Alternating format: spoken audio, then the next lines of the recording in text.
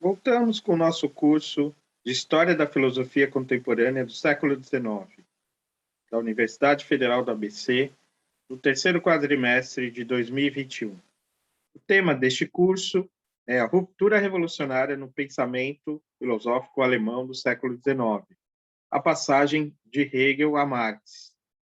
Estamos acompanhando justamente a passagem pelos filósofos do assim chamado neo-hegelianismo, do jovem hegelianismo, dos hegelianos de esquerda, que infletiram a filosofia especulativa hegeliana na direção de um materialismo, que vai redundar no materialismo histórico dialético de Marx. E estamos vendo, neste momento do curso, a filosofia de Ludwig Feuerbach, célebre por sua crítica da religião e, particularmente, do cristianismo, feita na obra A Essência do Cristianismo, de 1841. Nas últimas aulas, procuramos apresentar a crítica que Feuerbach oferece da filosofia de Hegel e os princípios da sua filosofia, que se apresenta como uma nova filosofia. Uma filosofia que pretende abordar a realidade sensível, a realidade humana, e não a realidade absoluta, teológica, da especulação filosófica, do tipo da filosofia clássica hegeliana, que ele vê justamente como a consumação da tradição teológica ocidental. Muito bem, nós abordamos inicialmente alguns textos programáticos do Feuerbach, a necessidade de uma reforma da filosofia, as teses para a reforma da filosofia e os princípios da filosofia do futuro. Hoje, então, vamos abordar a sua obra, A Essência do Cristianismo, né, obra publicada, como eu disse, em 1841, lançada no Brasil por meio dessa tradução publicada pela editora Vozes. E nós vamos, neste curso, ler alguns trechos dessa obra, especialmente dos dois primeiros capítulos que compõem a introdução do livro, né? E, como um exemplo dos argumentos que o Feuerbach usa neste livro para demonstrar o caráter humano, demasiado humano, da religião, eu vou citar um exemplo, né, que é o exemplo último que ele dá na conclusão do seu livro, sobre como a gente pode interpretar corretamente, ou seja, humanamente, algumas práticas do cristianismo, especialmente os sacramentos do batismo e da ceia. Muito bem, eu vou retomar aqui, então, a nossa exposição, os nossos slides, que tem aqui justamente a função de nos dar um fio condutor dos textos que nós abordamos ao longo desta aula. Bem, nós temos aí a imagem do Feuerbach, né? Um filósofo que nasceu em 1804 e morreu em 1872. Bem, o Feuerbach publicou diversas obras, algumas obras sobre história e crítica da religião, obras teológicas e algumas obras filosóficas. As obras mais importantes de Feuerbach no domínio da filosofia são Os Pensamentos acerca da Morte e da Imortalidade, de 1830, texto esse, como eu disse nas aulas anteriores, segundo Löwit, foi o primeiro texto que colocou em discussão o caráter real mitológico do cristianismo na filosofia alemã dos anos 30, do século XIX. A partir desse primeiro texto do Feuerbach, surgiram os textos de Strauss e depois Bruno Bauer, que tomaram parte no debate sobre o caráter real ou meramente simbólico do cristianismo. E é por isso, então, que o Feuerbach, né, ele se dedica a uma extensa crítica da religião cristã e da teologia cristã na obra de 1841, A Essência do Cristianismo. Uma obra que quando foi publicada, né, causou bastante impacto na cena filosófica alemã e de fato, né, marca toda a tradição do jovem hegelianismo, dos hegelianos de esquerda, que são críticos da teologia dogmática e também são críticos da situação política da Alemanha no século XIX. Junto com essa crítica da teologia, o Feuerbach pretende também apresentar uma nova filosofia, cujos princípios ele apresenta em diversos textos programáticos, como são os textos Teses Provisórias para uma Reforma da Filosofia, de 1842, e os Princípios da Filosofia do Futuro, de 1843. Bem, neste curso, nós estamos já algumas aulas abordando o pensamento do Feuerbach. Podemos dizer que temos aqui, dentro deste curso, um mini curso sobre a filosofia de Feuerbach. Na aula do dia 5 de outubro, nós fizemos uma introdução geral ao pensamento do Feuerbach, apresentando esse programa e alguns elementos básicos da sua abordagem filosófica. Em aulas síncronas, ao vivo, em encontros pelo Google Meet, nós debatemos os textos Teses Provisórias para uma Reforma da Filosofia, no dia 8, e eu falei sobre os princípios da filosofia do futuro na aula da sexta-feira passada, dia 15. Hoje, então, eu pretendo fazer uma exposição da filosofia da religião do Feuerbach, né, que está presente na essência do cristianismo, e no dia 22 vamos comentar algumas dúvidas e chaves de leitura e um exercício que eu vou passar para essa semana, né, como uma tarefa, uma atividade de leitura da introdução da essência do cristianismo. Então, esse é o tema da aula da sexta-feira, que será um encontro síncrono, não gravado, por meio da plataforma do Google Meet. Muito bem.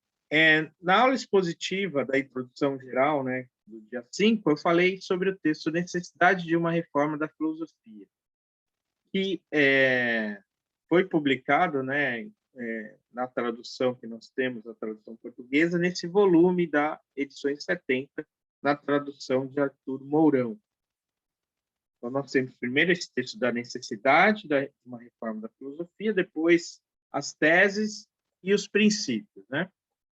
O texto da necessidade de uma reforma da filosofia, ele é curto, né? E ele indica que a filosofia precisa de uma reforma geral, do seu sentido, não apenas da sua forma. E a necessidade dessa reforma é justamente o fato de que o cristianismo, como a religião do Ocidente, já não corresponde exatamente à vida espiritual da época, né? Então, Feuerbach afirma nesse texto, né, sobre o cristianismo, que eu cito aqui justamente como uma introdução à abordagem crítica que vamos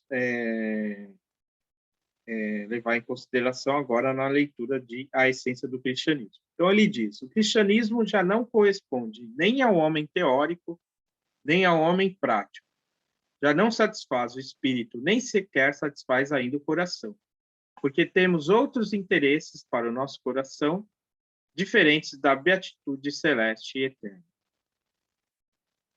Um trecho seguinte, Feuerbach afirma ainda, né, em continuação a essa postura, né, de observação de uma crise do cristianismo ou mesmo de uma decadência do cristianismo como religião fundamental, né? Ele afirma: o cristianismo é negado no espírito e no coração, na ciência e na vida, na arte e na indústria, radicalmente, de um modo irrevogável, sem apelo, porque os homens, de tal modo, se apropriaram do verdadeiro, do humano, do antissagrado, e se roubou ao cristianismo toda a força de oposição. Até agora, a negação era uma negação inconsciente. Só hoje é que ela ou se torna uma negação consciente, querida, uma negação visada diretamente, e tanto mais quanto o cristianismo se aliou aos inimigos do impulso fundamental da humanidade presente, o impulso da liberdade política. A negação consciente funda uma época nova, funda a necessidade de uma filosofia nova, franca, não mais cristã, resolutamente acristã. Bem, com essas palavras, o Feuerbach indica, então, de uma forma que, lendo agora, né, nos faz lembrar do diagnóstico que o Nietzsche vai oferecer algumas décadas depois, né, mais para o final do século XIX, quando ele fala da morte de Deus, né? O Feuerbach está falando aqui da decadência do cristianismo, que já não é mais aquilo que constitui de fato e reflete a religião dos tempos modernos, né? O homem não se interessa mais pela beatitude celeste e eterna, não se dedica à salvação da alma, mas aos interesses propriamente humanos, aquilo que diz respeito à vida humana, na arte, na indústria, na ciência e na vida. Então, é como se o cristianismo não mais correspondesse ao modo de vida humano na modernidade. Mas isso se dá de forma natural, sem que se tenha uma reflexão sobre isso. Mas justamente a filosofia é o lugar da reflexão, da autoconsciência. E, refletindo sobre si mesmo e a sua história, o homem então percebe a necessidade de uma nova filosofia, de uma nova religião, ou de uma filosofia que substitui a religião cristã, já que, segundo Feuerbach e alguns outros jovens hegelianos, há de fato uma contraposição entre religião e filosofia que seria inútil tentar resolver por meio de uma síntese, como pensaram Hegel e seus discípulos mais ortodoxos. Então, segundo Feuerbach, é necessário realmente realizar essa negação da religião cristã ou a superação da religião cristã numa espécie de religião do homem, que é isso que o Feuerbach vai chamar de antropologia. A verdadeira essência da religião cristã é que ela é uma religião humana. E afirmar isso de modo consciente e tirar disso as consequências necessárias e pertinentes é a tarefa desta nova filosofia. Então, é nesse espírito que o Feuerbach vai formular suas teses provisórias para uma reforma da filosofia, né, no texto que se segue a esse texto da necessidade da reforma, né, para o qual justamente ele serviu de prefácio, né? Bem, nesse texto das teses provisórias para uma reforma da filosofia, né, que nós discutimos na semana passada, o Feuerbach ele apresenta uma crítica da filosofia moderna como sendo uma teologia especulativa. E ele oferece ali toda uma crítica dos pensamentos de Spinoza, Schelling e Hegel, mostrando como, nesses autores, a teologia ela se transformou num panteísmo, num teísmo e numa teologia especulativa, né, cuja última formulação foi a de Hegel, que no fundo teve como finalidade, né, oculta, digamos assim, a dissolução da religião na antropologia. Segundo Feuerbach, o método que deve ser aplicado à filosofia ou à crítica da filosofia é o mesmo que foi aplicado na crítica da religião, da obra de 1841, portanto publicada antes, que é a essência do cristianismo. Trata-se de inverter a filosofia especulativa de modo a fazer do predicado sujeito e do sujeito predicado, assim como ele fez na essência do cristianismo, mostrando que o predicado humano, o ser divino, Deus, é justamente a essência desse sujeito, que, portanto, o humano é o divino e o finito é o infinito. A filosofia começa com o finito, o determinado, o real. Ela não começa por si, mas pela sua antítese, pela não-filosofia, o princípio anti-escolástico do sensualismo, né, que o Feuerbach apresenta e afirma nesta obra como sendo justamente a consciência de que a filosofia não deve mais partir do abstrato, partir daquilo que não é dado, né, como a negação das determinações sensíveis particulares. Pelo contrário, ela deve partir desse particular, desse sensível, e entender que justamente esse sensível, esse particular, esse finito, é o verdadeiro elemento da existência. E é por isso ele, o verdadeiro divino, o verdadeiro infinito. Há uma espécie, então, de inversão da filosofia ou da teologia especulativa rumo a uma sensualização da filosofia. A filosofia partindo do sensível, do real, do determinado, do finito, e não mais do infinito, do absoluto, né? Isso é justamente o lado filosófico daquilo que o Feuerbach oferece na essência do cristianismo, né? Que a gente vai abordar agora, né? Mas, para completar essa exposição prévia dos princípios filosóficos do Feuerbach, presentes nesse projeto de colocar o homem como a verdade da religião e a nova filosofia como uma filosofia humanista, vale dizer, né, que nos princípios da filosofia do futuro, o Feuerbach chega a uma formulação mais decidida e completa, né, dessa filosofia do futuro, essa filosofia humanista, né? Como ele diz numa nota que está como prefácio dos princípios da filosofia do futuro, né, logo no começo do texto, não é? Está como uma nota, ele diz o seguinte: a filosofia do futuro tem a tarefa de reconduzir a filosofia do reino das almas penadas para o reino das almas encarnadas, das almas vivas, de a fazer descer da beatitude de um pensamento divino e sem necessidades para a miséria humana. Para esse fim, de nada mais precisa do que de um entendimento humano e de uma linguagem humana. Mas pensar, falar e agir de modo puramente humano só está concedido às gerações futuras. Hoje ainda não se trata de exibir o homem, mas de o tirar da lama em que mergulhou. O fruto deste trabalho limpo e penoso são também estes princípios. A sua tarefa era deduzir da filosofia do absoluto, isto é, da teologia, a necessidade da filosofia do homem, isto é, da antropologia, e, mediante a crítica da filosofia divina, fundamentar a crítica da filosofia humana. Então, de fato, o projeto filosófico do Feuerbach, né, para fazer novamente um paralelo com a filosofia de Nietzsche, se apresenta como um projeto para o futuro, em que há justamente essa passagem da teologia especulativa para a antropologia, da filosofia do absoluto para a filosofia humana.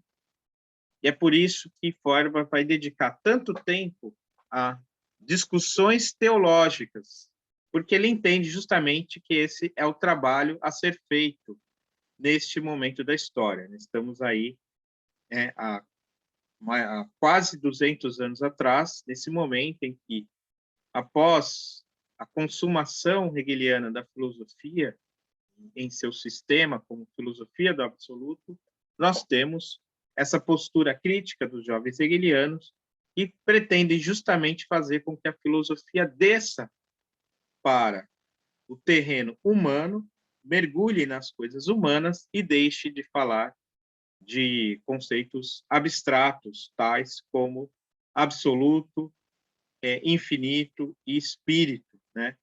Que para esses jovens hegelianos eram apenas transfigurações conceituais dos conceitos teológicos.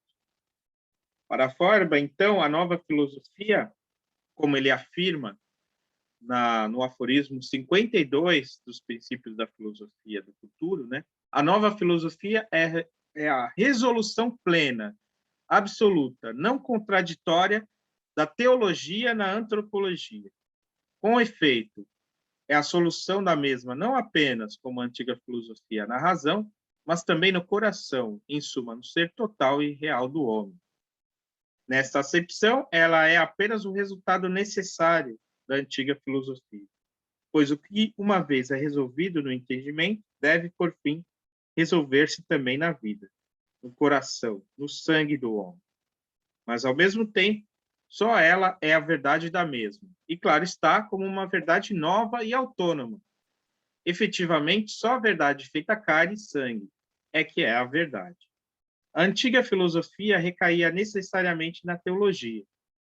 O que se suprime apenas no entendimento, no simples conceito, possui ainda um contrário no coração.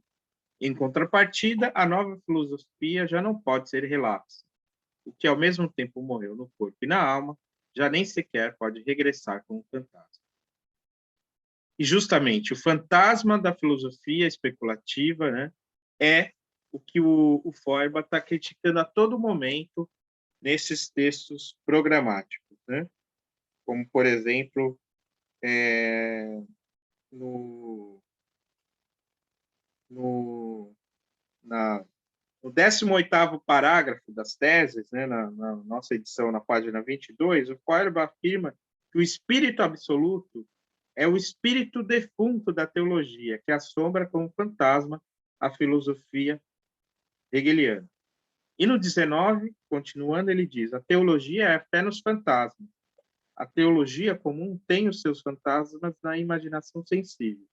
A teologia especulativa na abstração não sensível. Mas justamente o que se trata agora é de deixar de lado esses fantasmas teológicos e retirar deles um sentido humano, demasiado humano, como dirá Nietzsche, que, no entanto, revela também um núcleo de verdade do cristianismo, né? E é justamente em direção a essa essência verdadeira do cristianismo que o Feuerbach dedica a sua reflexão na sua obra principal. Essa crítica, no entanto, ela não é simplesmente a afirmação de um ateísmo anticristão. Como nós vimos numa passagem que eu citei acima, né?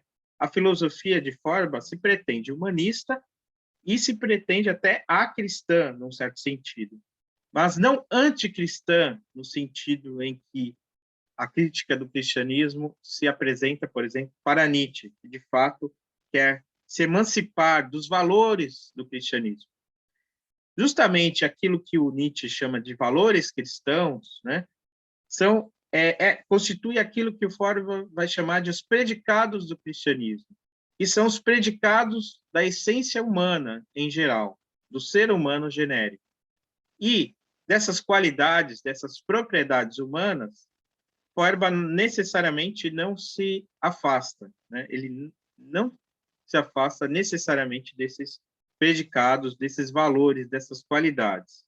Pelo contrário, ele se apega a elas e não faz a crítica desses valores, não faz uma crítica da moral e nem mesmo da sociedade em que nós vivemos, né? E é justamente essa crítica de uma certa limitação do pensamento do Feuerbach que estarão presentes nos textos de Marx e Engels. Mas o que o Feuerbach faz é criticar a teologia cristã e a filosofia que se entende como uma continuação da teologia cristã. E ele oferece, então, uma crítica dessa teologia, dissolvendo a religião cristã numa antropologia, que seria o núcleo essencial e verdadeiro da religião cristã, a compreensão dos verdadeiros valores humanos, como sendo os valores essenciais do cristianismo. Então, nesta obra, ele pretende justamente desvelar essa verdade do cristianismo, né? Mostrando, então, como nós devemos interpretar a religião de modo verdadeiro e como devemos nos afastar de uma interpretação literal errônea da religião, né? E é nesse sentido, então, que a obra é dividida em duas partes. A primeira se chama A Essência Verdadeira, isto é, Antropológica da Religião, que se estende dos capítulos 3 a 19, nos quais Feuerbach pretende provar que, justamente, a verdadeira essência da religião é a antropologia. que a religião oferece uma imagem do que é o ser humano genérico, do que o ser humano entende sobre si mesmo, porque justamente a religião é a consciência que o homem tem de si mesmo. Na segunda parte, é apresentada a essência falsa, isto é, teológica da religião, quando se pretende justamente interpretar os dogmas, imagens do cristianismo como tendo um valor literal, digamos assim, e o Feuerbach tenta justamente fazer a crítica, mostrar como essa interpretação é inconsistente e como nós devemos, então, recuar a primeira interpretação, que é apresentada na primeira parte, que desvela o sentido antropológico da religião. Bem, a segunda parte se estende dos capítulos 20 a 27, perdão, e no capítulo 28 ele oferece uma conclusão, além de um apêndice com explicações, observações e documentações. Bem, a obra como um todo, né, ela é bastante complexa, né, e ela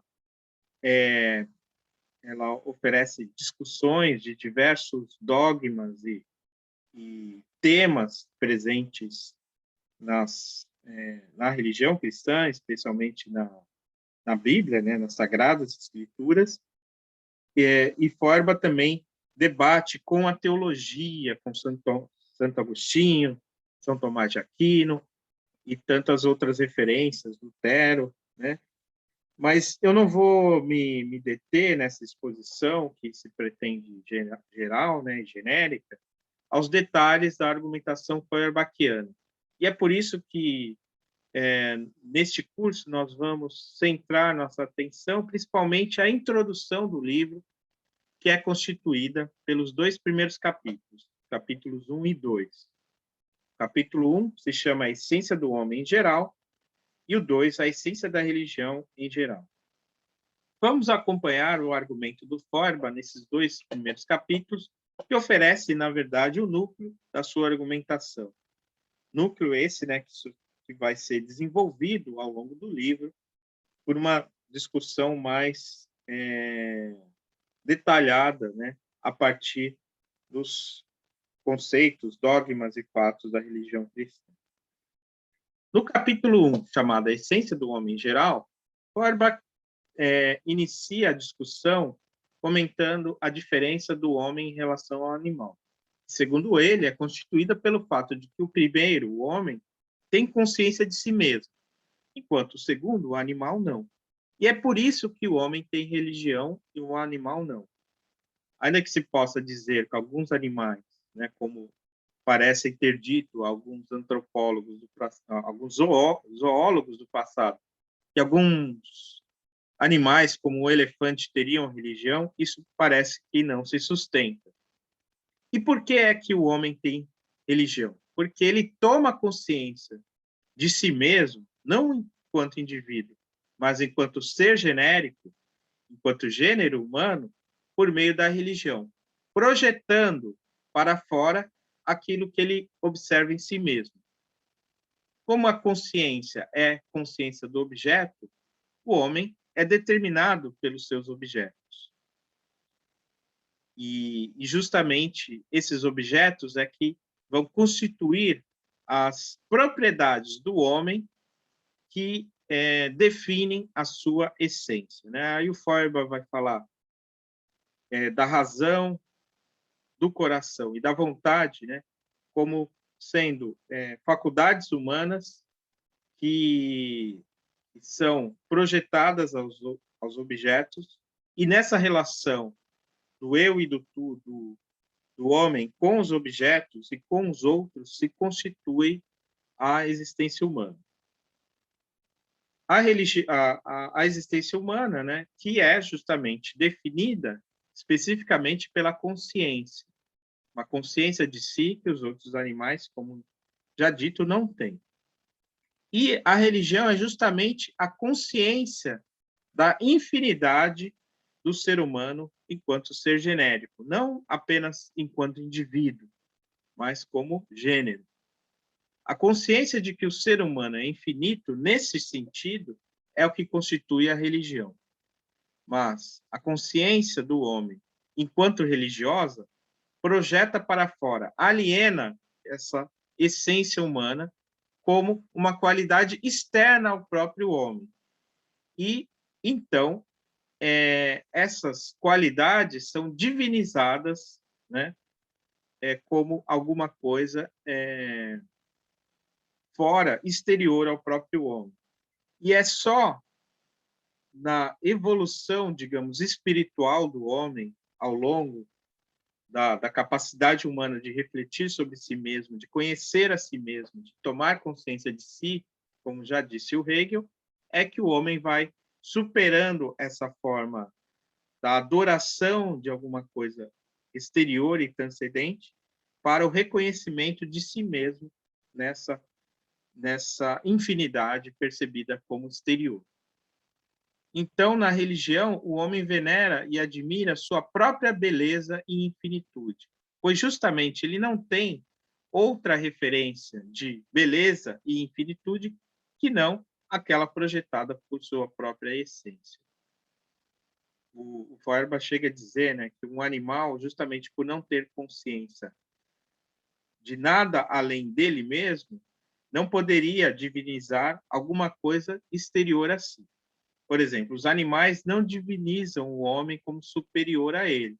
Se os animais pudessem divinizar algo, divinizariam aquilo que eles veem como sendo a essência perfeita deles próprios. Por exemplo, um pássaro, a capacidade de voar e assim por diante. O homem venera e admira suas qualidades, seus predicados. E é justamente ao oferecer a perfeição desses predicados a um ser projetado como perfeito e personificado como Deus, é que surge essa divinização, essa adoração de um Deus. Bem, na segunda parte da introdução, no capítulo 2, o Feuerbach, então, vai dedicar sua reflexão à essência da religião em geral. Segundo o autor, a religião é a primeira manifestação da consciência que o homem tem de si mesmo. Só que essa consciência é, como eu já havia adiantado, projetada para fora, como algo alheio ao homem, e ele necessariamente idolatra aquilo que ele pôs para fora.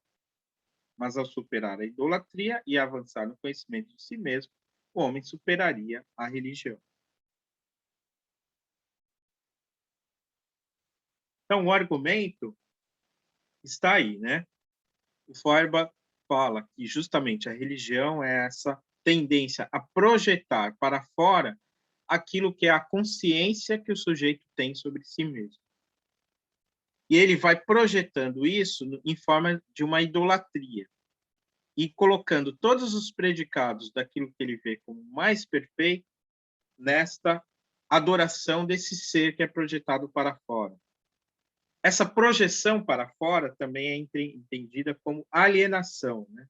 E essa palavra, né, que tem um peso e uma importância grande na filosofia do século XIX, na filosofia alemã, e depois vai ter um peso na interpretação deste movimento de alienação que vai ser oferecida pelo Marx na sua crítica da sociedade capitalista, tem aqui em Feuerbach o seu ponto de inflexão, né? A noção de alienação já estava presente em Hegel, né? Pois já em Hegel aparece essa ideia de que o espírito ele se exterioriza, né, para si mesmo e depois ele se reconhece em si mesmo nesse processo de autoconhecimento de si, do espírito, que é, na verdade, o sentido de toda a história, né?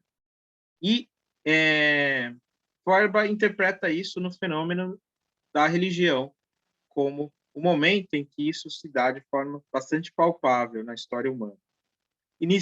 Inicialmente, né, como a religião é o estágio infantil da humanidade, o homem transporta primeiramente a sua essência para fora de si antes de encontrá-la dentro de si. Eu cito aqui um trecho, né, do capítulo 2 da Essência do Cristianismo. A sua própria essência é para ele, o homem, objeto primeiramente como uma outra essência. A religião é a essência infantil da humanidade, mas a criança vê a sua essência, o ser humano, fora de si, enquanto criança. É o homem objeto para si, como um outro homem.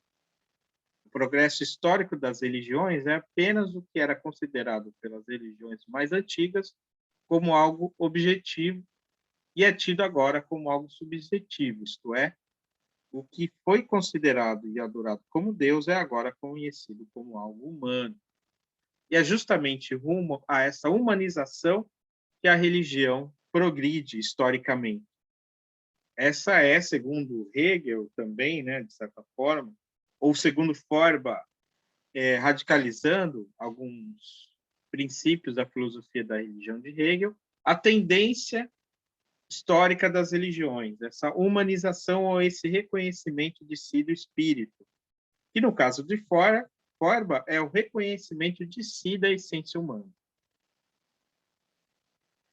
A religião cristã é justamente a divinização da essência humana genérica. Assim, Feuerbach afirma, novamente, no capítulo 2 da Essência do Cristianismo. A religião, pelo menos a cristã, é o relacionamento do homem consigo mesmo, ou mais corretamente, com a sua essência.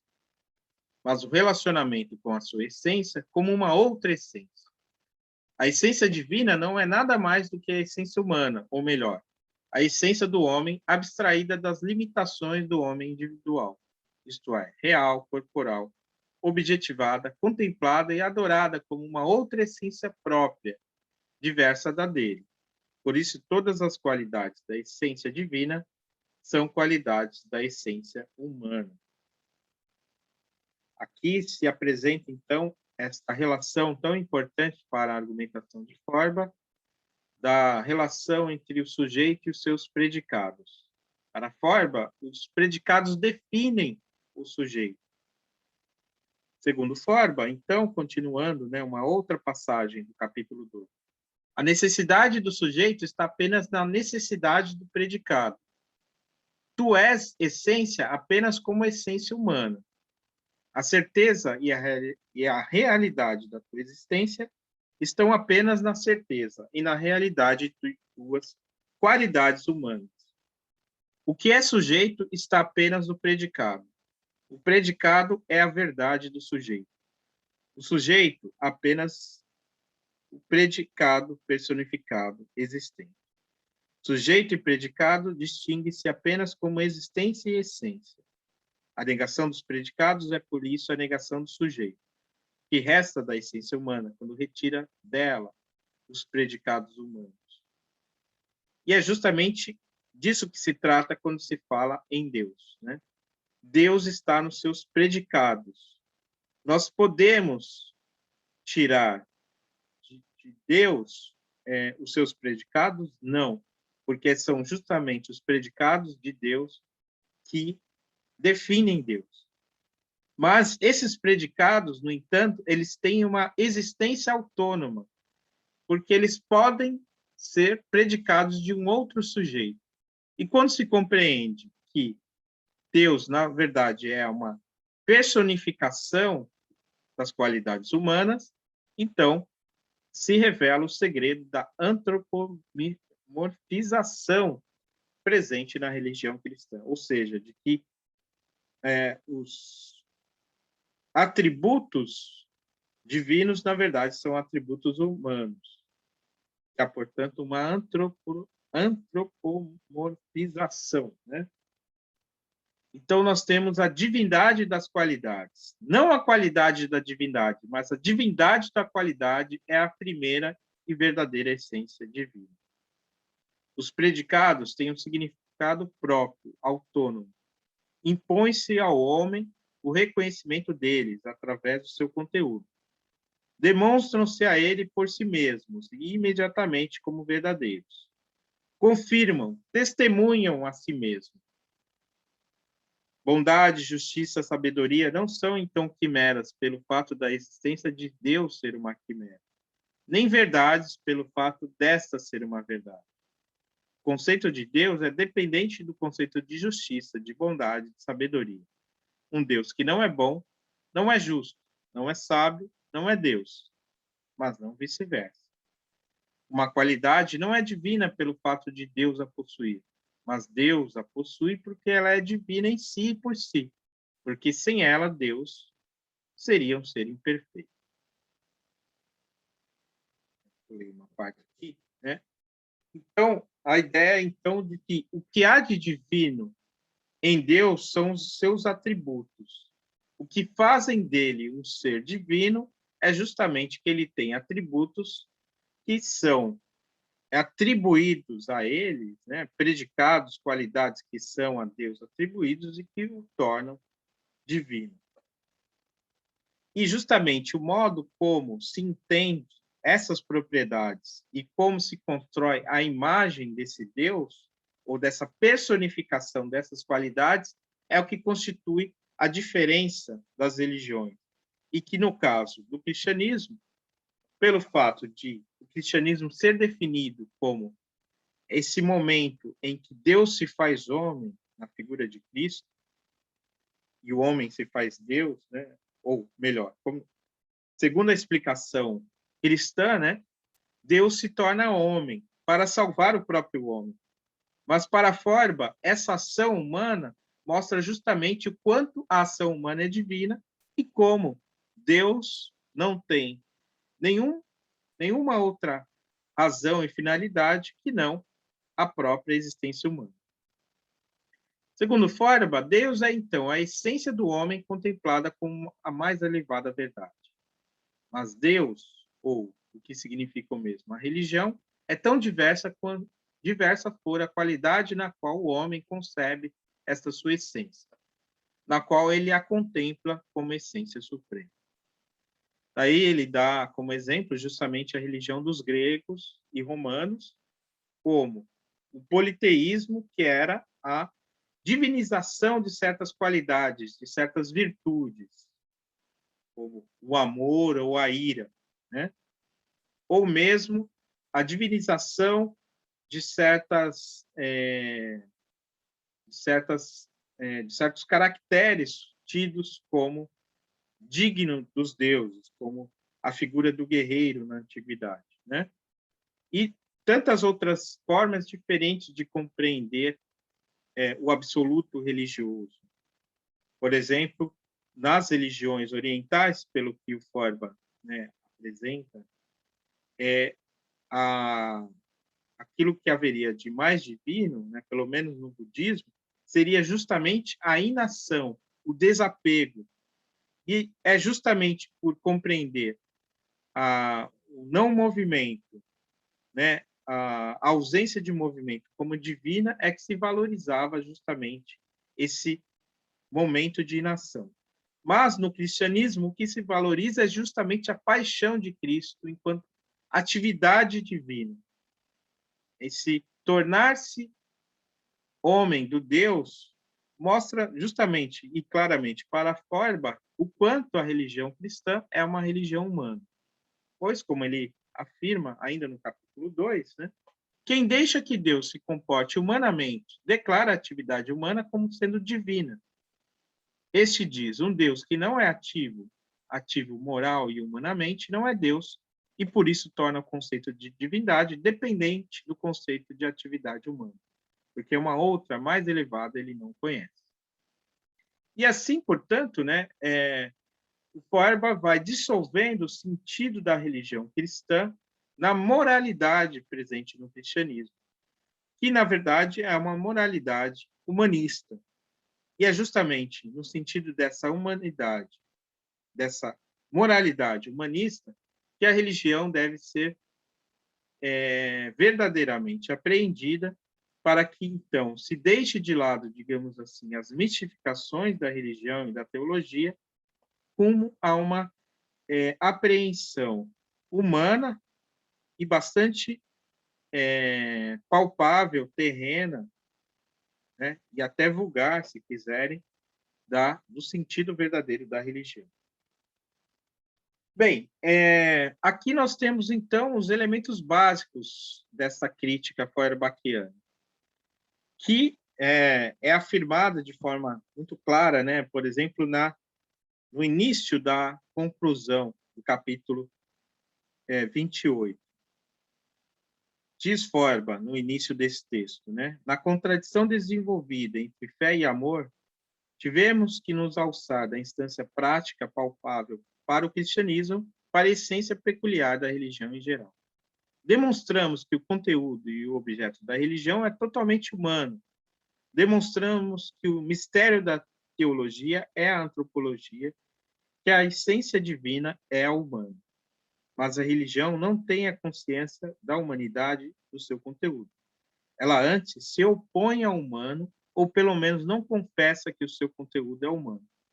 A mudança necessária da história é, portanto, essa confissão aberta de que a consciência de Deus nada mais é que a consciência do gênero, que o homem pode e deve se elevar acima das limitações da sua individualidade ou personalidade, mas não acima das leis, das qualidades essenciais do seu gênero. Que o homem não pode pensar, pressentir, imaginar, sentir, crer, querer, amar e adorar como essência absoluta, divina, a não ser a essência humana. Bem, e aí, para oferecer uma última demonstração sobre isso, e que é o único exemplo concreto, né, dessa transfiguração ou dessa reinterpretação do cristianismo que Forba oferece para desvelar o sentido bastante humano da religião cristã, é que ele vai falar do sentido do sacramento do batismo e da ceia. E vai oferecer, digamos assim, uma interpretação bastante concreta do significado desses sacramentos e até, se quiserem, bastante trivial.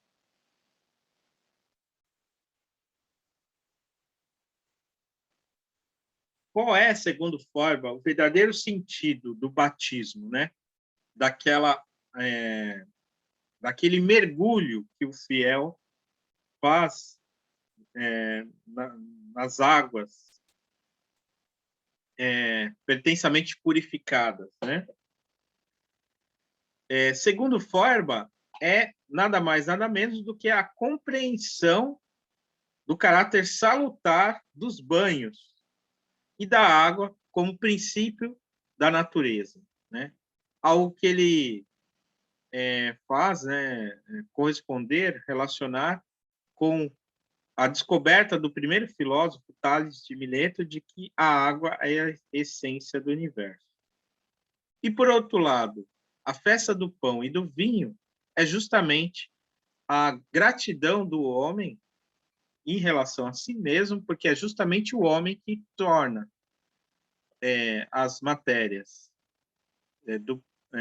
que vão gerar o pão e vinho, e o vinho como matérias determinadas pela ação humana. Então, o que significa o batismo e a ceia? Para Forba, é que festejamos aqui a verdadeira relação do espírito com a natureza. A natureza fornece a matéria, o espírito a forma. A festa do batismo na água nos inspira gratidão pela natureza. A festa do pão e vinho, gratidão pelo homem. Vinho e pão pertencem às mais antigas descobertas. Vinho e pão nos tornam presente, nos simbolizam a verdade de que o homem é o Deus e o Redentor do homem. Bem, então, o significado, né, do sacramento do batismo e da ceia é justamente essa compreensão do vínculo do homem com a natureza e da compreensão do caráter sagrado da ação humana que torna possível a alimentação, e uma alimentação bem determinada, salutar, de coisas tão boas como o vinho e o pão, né? Esse sentido material mais trivial que o Forba reconhece nos sacramentos mais sagrados do cristianismo.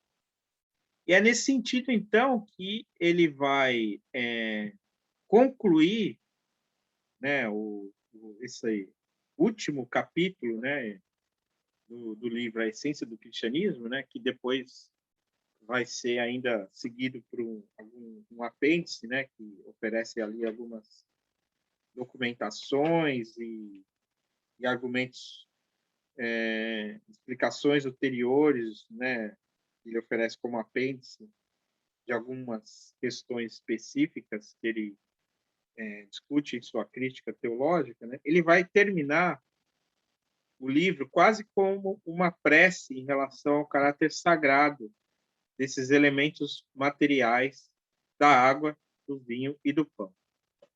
Então, está lá na página 273, né, do livro. Vou ler, então, o último parágrafo.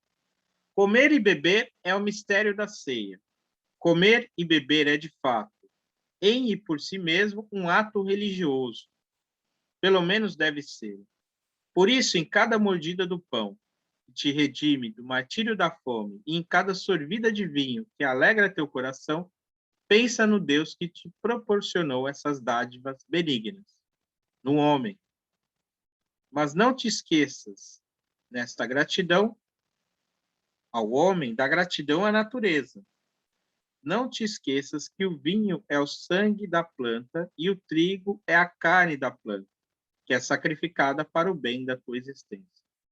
Não te esqueças que a planta representa para ti a essência da natureza, que se te entrega ao gozo desinteressadamente.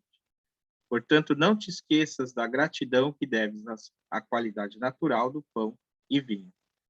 E se quiseres sorrir pelo fato de que eu chamo de atos religiosos o comer e beber, uma vez que são atos comuns e cotidianos, pelo que são exercidos por milhares sem espírito, sem intenção, então pense que também a ceia é um ato para milhares, sem intenção e sem espírito, porque acontece com frequência, e para que compreendas o significado religioso do gozo do pão e vinho, te põe na situação em que o ato habitualmente tão cotidiano é violentamente interrompido de um modo não natural. Fome e sede não destroem as energias físicas do homem, mas também as espirituais e morais. Elas lhes roubam a humanidade e a inteligência e a consciência. Se experimentaste alguma vez uma tal falta, uma tal desgraça, como irias abençoar e louvar a qualidade natural de pão e vinho que te deram novamente a tua humanidade e a tua inteligência? Assim, basta que interrompamos o curso habitual e comum das coisas para que o comum adquira um significado incomum, para que a vida como tal, em geral, adquira um significado religioso. Por isso, sagrado não seja o pão sagrado, o vinho, mas sagrada também a água. Amém. Aqui é sagrada a água. Amém. Assim termina então o Forba com essa oração à água, ao pão e ao vinho, né? As necessidades materiais mais básicas do ser humano. Ele termina então, portanto, essa transfiguração do cristianismo numa antropologia. Uma crítica que não se pretende, como eu disse, anticristã, porque valoriza certos aspectos humanos presentes na religião. Desvela justamente a verdade da religião como a valorização dessas prerrogativas humanas, demasiadamente humanas, que não devem mais, numa nova época da humanidade, na filosofia do futuro, ser afirmada de modo mistificante, alegórico e em imagens que não têm mais lugar na vida cultural humana. E é nesse sentido que a filosofia não deve mais se remeter à teologia, e sim às ciências naturais. E essa naturalização, essa materialização, esse realismo, que para muitos parece até grosseiro se nós compararmos as grandes especulações filosóficas do idealismo na Alemanha, é que se pretende, né, a filosofia de Feuerbach, a revolução, a ruptura revolucionária do pensamento da filosofia. Bem, e é justamente esse o projeto filosófico de Feuerbach, né, que inicialmente causa, né, um grande impacto no cenário filosófico alemão do século XIX, nos anos 30 e 40, mas que logo em seguida será objeto de diversas críticas de pensadores como Stirner, né, no primeiro momento, e depois Marx, né, que oferece uma crítica tão rigorosa da filosofia de Feuerbach e a supera pegando o ponto essencial da crítica da economia política, que a filosofia de Feuerbach acabou sendo, digamos assim, uma filosofia que ficou para trás, uma filosofia datada, por mais que ela ofereça e tenha oferecido, né, reflexões historicamente muito importantes e que até hoje, digamos assim, nos chama a atenção para as coisas mais simples e mais essenciais da vida.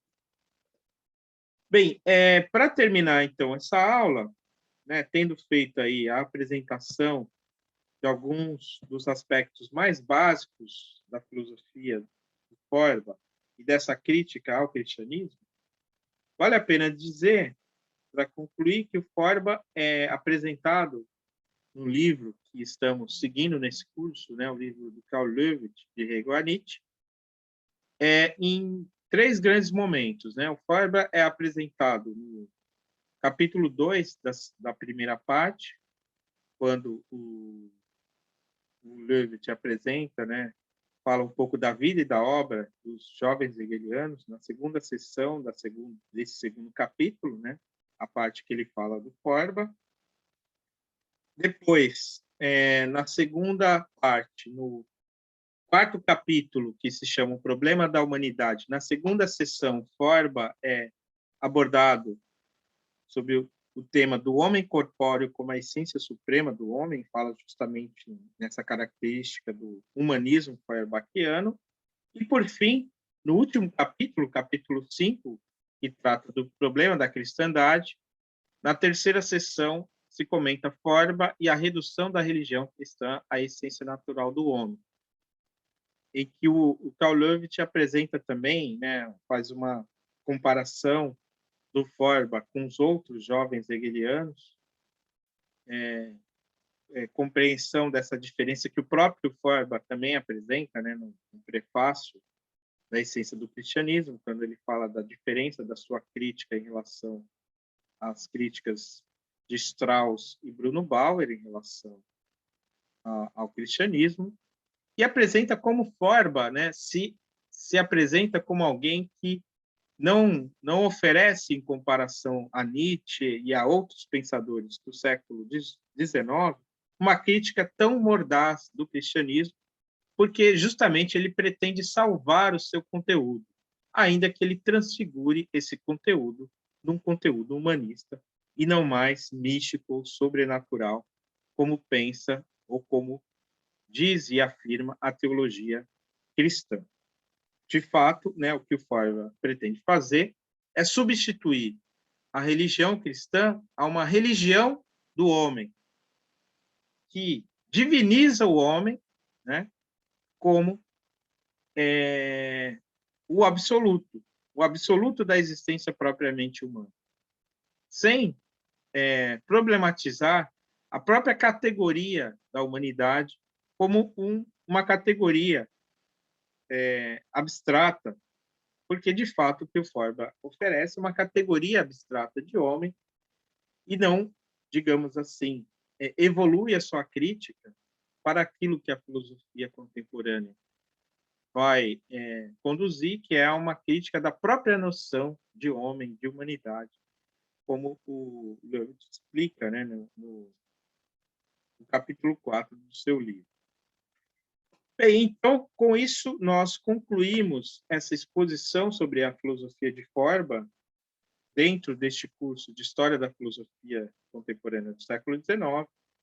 Nós continuaremos ainda, né, abordando Feuerbach na próxima aula síncrona da sexta-feira, dia 22, em que nós falaremos ainda sobre a essência do cristianismo e sobre a atividade de leitura dessa semana, para, então, na semana que vem, começar a abordagem da filosofia de Max Stirner, e da sua obra O Único e Sua Propriedade.